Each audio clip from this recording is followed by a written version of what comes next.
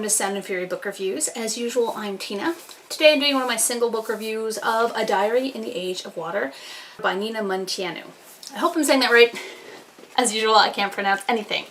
So this is a speculative fiction, eco-fiction from last year, from 2020, and the author is Canadian, so obviously that's cool by me because I'm Canadian, if you didn't know.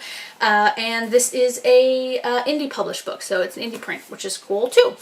So I got this book for Christmas, I think, because I heard about it last year on Sci-Fi 180's Monday Mailbag. I get a lot of great sci-fi reads from that that channel. I've linked it below if you somehow haven't heard of it.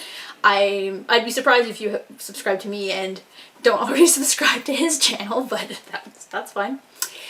So I'm going to start off this review with a quote, and it's, "How do you ensure your child's future when you ignore the future of the entire planet?" That's kind of the vibe of this book. It's an extremely detailed and downright terrifying look into the future of our planet. It's, you know, A Diary in the Age of Water will appeal to lovers of eco-fiction and hard sci-fi fans, I think, as well.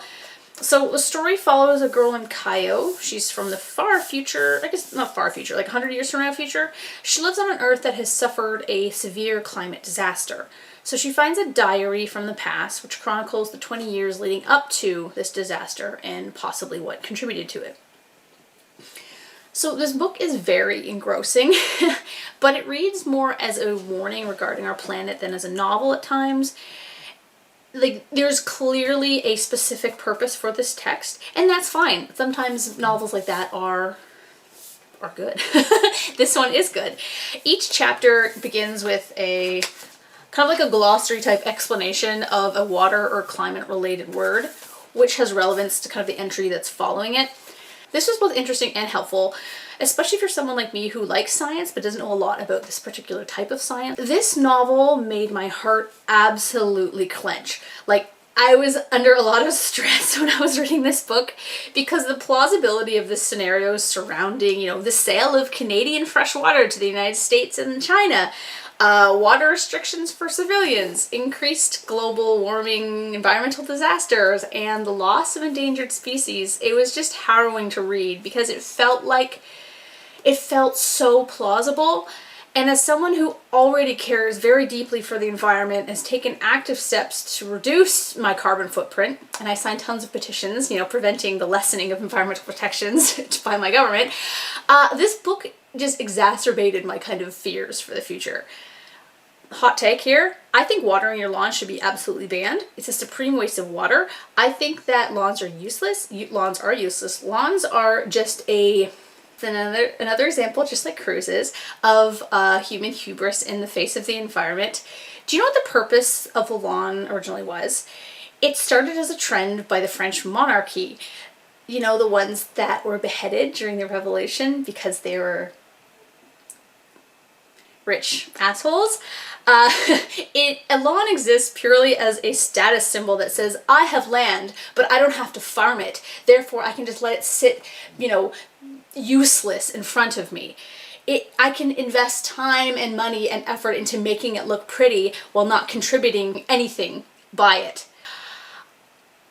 I'm not going to go on and on about this because I don't want to, because it's going to get me all flustered. So anyway, it's clear for this book that I'm talking about, it's clear that Munteanu has a deep understanding of the science behind the novel, and I learned a lot while reading it. I made a lot of notes. Check out the list of academic, look at all these, look at the biography here. It goes on for pages and pages and pages. Like, these are all the resources, like all the sources she used for this novel. Like, there's like 7 pages of it. That's crazy for like for a fiction book.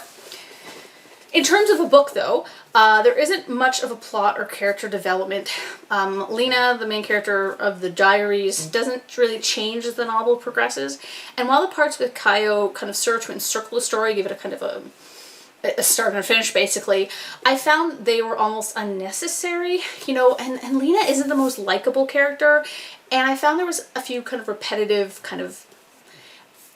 there was some repetitiveness in terms of her worry over her daughter, but it kind of felt like it was pushing too hard on that. Epistolary novels also are a hard sell for me because I have trouble believing that, like, you know, Lena would recall a conversation with a person from 9 years ago and write about it in her diary, like that kind of thing. I mean, though, the novel is more about how we're screwing ourselves over in terms of the environment rather than like Lena and her daughter's personal life. But I kind of was hoping for a bit more story rather than just kind of a, this is how we've destroyed the world scenario. There's two interesting quotes I wanted to mention. The first one is, "So much motion is beyond our ability to see. We observe through the hurried lens of human impatience. A quick glance takes in a scene. We forget that we can see with other senses. Smell, touch, hearing, taste. As disinterest dulls our senses, we grow less able to recognize nature's trompe-l'oeils. Trapped by our preordained notion of change, we no longer see what we're not prepared to see, and that's the change that kills us." In a nutshell, she's talking about how, we aren't really able to see the damage that we've done unless we really look for it, and that a lot of people, willingly don't, or, make themselves ignorant to what's happening to our environment because either they're scared or they don't want to take responsibility or they're selfish. It's one of those three things, I think, and that's kind of what she's talking about here. So she has this brutal interpretation of the book The Giving Tree, which really resonated with me. As a child, I hated that book. I hated it.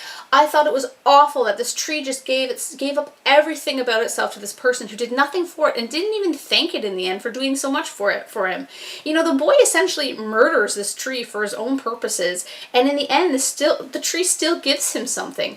It made me so sad and heartbroken as a child to see someone exploited in this way. Like, it seemed to me when I was reading it that this tree is giving all it can, and the boy just takes and takes and takes and doesn't give back. And I hated it as a kid. Apparently this book is really divisive in this way. I'm not the only one that feels this way. Other people think it's this amazing book about sacrificial love. But in my eyes, sacrificial love in its own right is a kind of problematic concept. Anyway, she has this to say about it. The giving tree eventually ends up a stump. This is because the tree faithfully gives limb by limb to a disrespectful, self-serving boy who evolves into a disrespectful, self-serving man. The boy-man can never seize the tree as more than anything he can use for himself. Such a deliberate view permits him to rape and mutilate this magnificent and beautiful tree with impunity and absolutely no regret. This represents the current relationship of virtually all cultures within nature, one of dominance and disrespect. So this is the tone you should expect from this novel. It's quite chiding, and I mean, as it should be. Like, I'm sitting here looking out at my lawn right now, and I'm actually going to replace the grass with clover, because clover is better for the environment, and you don't have to water it, and you don't have to mow it. I actually have a push mower, because I do things that are, good for the environment. I have a push mower because I don't want to, use gas. I have an electric weed whacker as well. We have a snowblower, but we barely use it. And, I don't eat meat during the week. My husband loves smoking meat in the barbecue, and so we eat meat on the weekends, but I generally tend to refrain. And if we go out for fast food, unless I'm, drunk, I tend to get plant-based burgers. If I'm drunk, I get McDonald's Big Mac, because, and maybe once a year on my birthday, I'll get a Big Mac. I still eat pepperoni on my pizza, which is something, I think I could go full vegetarian if I was still allowed pepperoni on my pizza. I think that's the only thing that I would. I mean, because I've had plant-based pepperoni, it's just not the same. I mean, plant-based burgers aren't exactly the same either, but I'm like, really, they taste pretty good, and am I gonna, is my desire to eat a greasy old burger worth more than, the planet? No. So that's kind of, I mean, I too also have two daughters, and I'm thinking about their future. I don't want them to grow up in a Blade Runner universe where everything's covered in smog. And yeah, I mean, I live in Canada, and I value the nature that we have. So yeah, anyway, I'm giving this novel a very, very high 4 to 5 stars. It was the characters and the plot that lowered it slightly to me from being 5 stars. I'm also less fond of a didactic approach that this novel takes. It's clear it has an agenda. I'm much more into kind of novels that are a bit more subtle. That being said, it's a really, really good and fascinating and heart-wrenching. I recommend it to people that love eco-fiction, definitely for sure, and people that like speculative fiction, if you're okay with it being a bit more science-based than fun. Also, if you like eco-fiction, I also recommend you check out this podcast called Flash Forward. Not all the episodes are about climate. In fact, I'd say most of them aren't. But the novel really reminded me of it because it takes future scenarios of the world and fleshes out the logistics behind it with research and, you know, expert guests and things like that. If you love speculative fiction, I think you would really love this podcast. It's really well done. Anyway, I've included a link to Flash Forward's website below. I think it's available on most podcast places. I watched it on CastBox, but I mean, I'm sure Spotify has it. Or whatever you use to listen to your podcasts.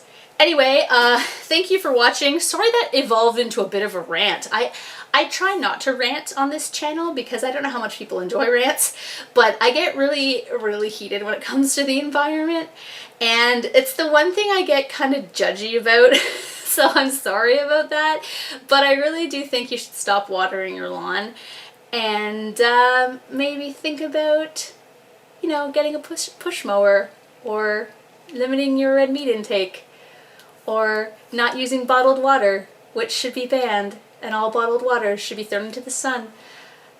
Anyway, thank you.